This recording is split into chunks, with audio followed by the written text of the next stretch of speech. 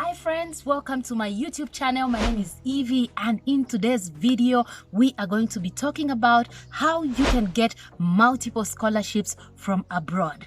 Yes, you can actually get a scholarship from anywhere you want to study in the world. I did it. I got 3 scholarships to go and study anywhere I wanted in the world, and I will be sharing those secret top tips with you. So stay till the end and don't forget to like, share and subscribe to my YouTube channel. Let's get right into the video. So number 1, you need to have your mindset right. You need to condition your mindset in such a way that you can actually get a scholarship. If you don't believe it, then you will not get it. It doesn't matter the grades that you got, whether you got high grades or you got low grades, you can still get a scholarship. As long as you can convince the scholarship panel, the scholarship committee, then you will be able to get a scholarship. So you have to believe. Have it up there in your mind that you can get it. If you don't have it in your mind, you will not get it. That's the first thing. And you need to be determined. Be determined. Know that you can get this thing no matter what. If other people have got it, if I got it, you can get it too. There's nothing special about us, the people that get scholarships. You as well can get it. Okay? So have your mindset right. Believe that you can do it. Even when you are applying, when you're making those applications, when you're doing everything that you need to do, when you have it in your mind, then it will manifest. And also, when you have the right mindset, it inspires you to take the right action. Otherwise, at times you feel like you're wasting your time. When you get a rejection, maybe from one school, you feel like the other school is going to reject you as well. But it doesn't work like that. Just because one school can't take you doesn't mean the other school will not take you. So have your mindset right. Number 2, you need to join online platforms. By that I mean Facebook groups. There are Facebook groups, like for example the Chevening Facebook group, other scholarship groups, pages that post about scholarships, especially groups. I would advise you to join groups, because in the groups people are posting, there are previous scholars there who can help you, who are posting tips and advice on how to go about it. You can get in those groups and start interacting with people. I remember the time that I was applying for my scholarship, I joined a group on Facebook and also on WhatsApp. In that group, when the time came to announce the winners of scholarships, when scholarship committees were announcing winners, most of us in that WhatsApp group got the scholarship because we were helping each other in there. There were previous scholars who were guiding us and helping us on how to go. So make sure that you join these online communities. There are communities on WhatsApp, there are communities on Telegram, there are also Facebook WhatsApp groups. I will link the groups in the description. Make sure you check the groups out and join those groups and start interacting with the people who are applying and previous scholars as well. You can also come to YouTube. There are other people who are sharing tips and strategies of how you can go about applying for that scholarship. So make sure that you also come on YouTube, you check out videos, how they're sharing and advising people on going about the scholarship. Just type into the search engine scholarship, master's degree scholarships. The groups will come, the information will come, whether it's on Facebook, whether it's in Telegram, and whether it's here on YouTube. Number 3, you need to know your program. You need to know what you're going to study. You can't just say, I'm trying to apply for a scholarship. If you don't know what you're going to study, it's going to be a bit difficult for you to go about the whole application process.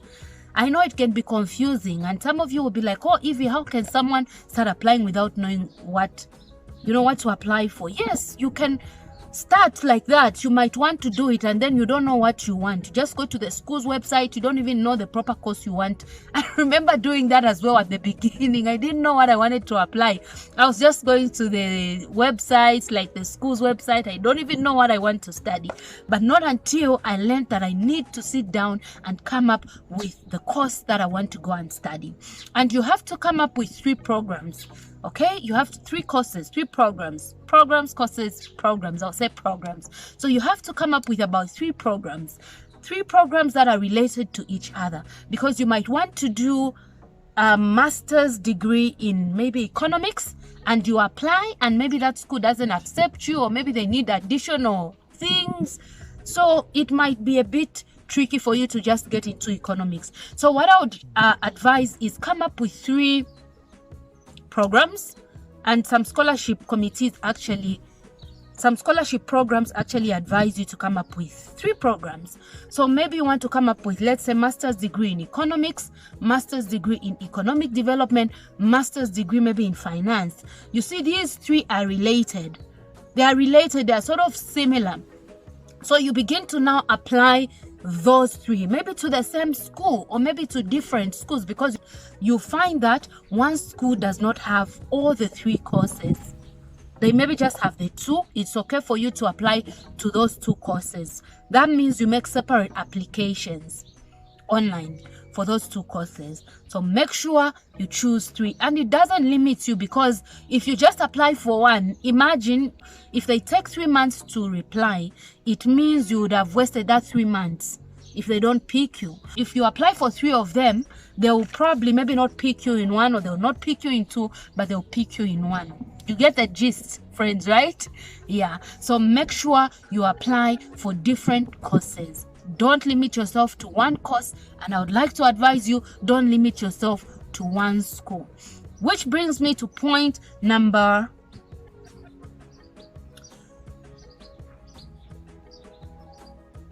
4. Point number 4 is begin to look for the schools. Begin to look for the schools that you would like to go and study to. I would advise you to pick highly ranked schools and also mid-ranked schools. Highly ranked, mid-ranked, and lowly ranked. Especially if you're applying abroad. I think in those countries abroad, you get good education. If you get your education from Canada, you get good education. From the USA, you get good education. Australia, you get good education. Europe, you get good education. What I'm trying to say is, don't just focus on the highly ranked. Oxford, Cambridge, it's good to apply to those schools. You should apply to those schools, but also choose other lowly ranked schools. And before you start applying to these schools, make sure you find out if they pay, there's an application fee, because you start doing an application, and then at the end of the day, after you finish doing that application, you find you need to pay some money. You would have wasted your time. So make sure you go through the website, make sure you go through the application forms, see if there is some money that you need to pay. Most website schools will tell you that there is an application of maybe $50, $120, or much more. So make sure that you ensure that you know whether there is an application fee or there is no application fee. If there is an application fee and you're willing to pay that application fee, well and good, go for it, apply. If you don't have the funds yet and you don't want to apply with funds, then choose schools that have free application. And then also, as you are applying to some schools are going to require English tests, especially if you're coming from a non-English speaking country. It's going to be very important that they see those English requirements. I remember for me, I took the IELTS. And I passed, and I used that to apply. Some schools don't require IELTS, so you want to check. For that, but I would advise you to just take IELTS to be on the safe side, because there are also scholarship programs that are going to require you to have the IELTS. So maybe the school might not need the IELTS, but the scholarship program is going to need the IELTS or the English tests, whatever English tests you decide to write. That is if you're coming from a non-English speaking country. So you want to do your IELTS. I did my IELTS, though the school that I picked didn't require the IELTS, the program didn't require the IELTS, but I'm still glad that I did them, because if they were needed for another scholarship, if that scholarship program didn't pick me, I would have still needed them maybe for the other scholarships. Then the other thing that you need to do is you need to look for a scholarship. So make sure you get your offer letter from a school. After you get your offer letter from a school, then begin to apply for a scholarship. Sometimes people apply for both at the same time. They apply for a program and then they also apply for a scholarship. You can do that. You can do that as well, especially if there is no time you want to do it together. But sometimes you can also get your offer letter and then begin to apply for a scholarship. I think we did both. I was applying for one scholarship at the same time I was applying to schools. Later on, I I already had my offer letter, so I was just looking for a scholarship. Whichever you find is easy for you. Some people find it easy to do it at the same time. Some people find it easy to first get the offer letter, to secure the offer letter, and then they start focusing on the scholarship. So you need to start your search for a scholarship. So whether you're doing the application at the same time with the scholarship, you need to look for that scholarship. How do you go about looking for a scholarship? Sometimes these same schools that you apply to have set aside some money to fund your studies. So you can contact the department of that school, send them an email, or call them with your phone and find out if they have a scholarship for that program. They will tell you whether they have scholarships for that program or not. If they do, apply. If they don't, you have to look elsewhere. And again, if they do, you still have to look for scholarships from somewhere else, because scholarships are very competitive, and it's possible that even if you apply, they might not give it to you. So you want to apply to many scholarships. I remember when I was just applying in 2017, I applied to the Chevening scholarship, and I said, you know what, it's just going to be this scholarship. I'm not going to apply for any other scholarship. And so when it was time to get the scholarships, I didn't get it. I was rejected for that scholarship. It's at that point that I started applying to multiple scholarship committees and programs. And wow, 3 scholarships came in that year, and I had to pick one. They told me I could go anywhere I wanted to go, and I chose to go to the UK because I wanted to go to the UK. And so I would like to advise you, you have to also pick a country where you want to go. I think saying, no, I want to go to this country, that country, like you have all these countries, maybe you have 5 countries, saying you want to go to all the 5 countries. For me, I wouldn't really advise that. Maybe some other scholarship gurus might say you should do that. But I think what I would do is I would just choose maybe 2 places, or even 1 place where I want to go, and then focus on that country, focus on how I can get a scholarship there. I have a friend of mine who applied to so many countries. She applied to the USA, she applied to the Netherlands, she applied to the UK. And she didn't get it in the UK, she didn't get it in the USA, she got it in the Netherlands. So I think she didn't restrict herself. I think you just have to weigh and see what works for you. If you want to go to the UK, some of you already know where you want to go. I think you stick with that and just look for multiple scholarships and apply for those scholarships. So now after you get your offer letter, you have your offer letter, or you're applying for a school, you have to see which scholarship you can get. When you're applying for these scholarships, I don't think you have to pay anything. You shouldn't pay anything. I don't remember paying anything for a scholarship. During my application process, the only thing I paid for was the IELTS. So I think when you're applying, maybe you might just pay for your application fees. If you want to pay for an application, the application fee to the school, not to the scholarship, to the school. And also your English exams. Your English exams are not going to be free. You have to pay, I think it's £200 or $200. You have to find out how much it is. I remember back then we paid £200.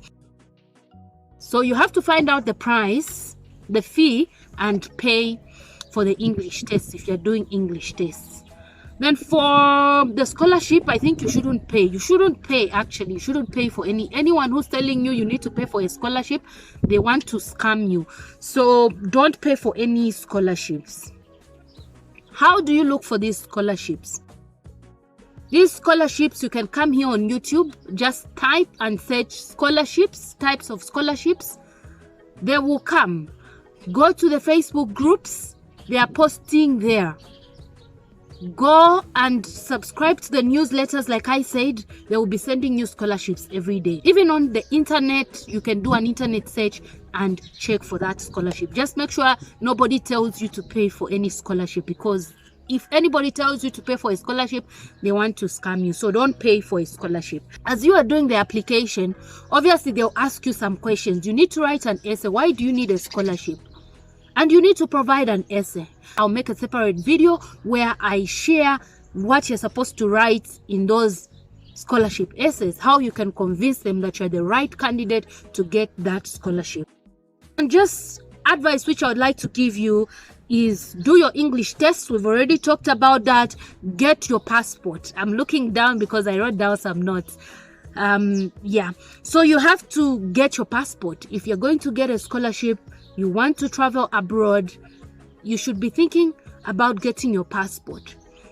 Get your passport now. If you have the funds, start making those applications for the passport, so that when your scholarship comes, it's just the visa. You just apply for the visa and you go and do your studies. Okay?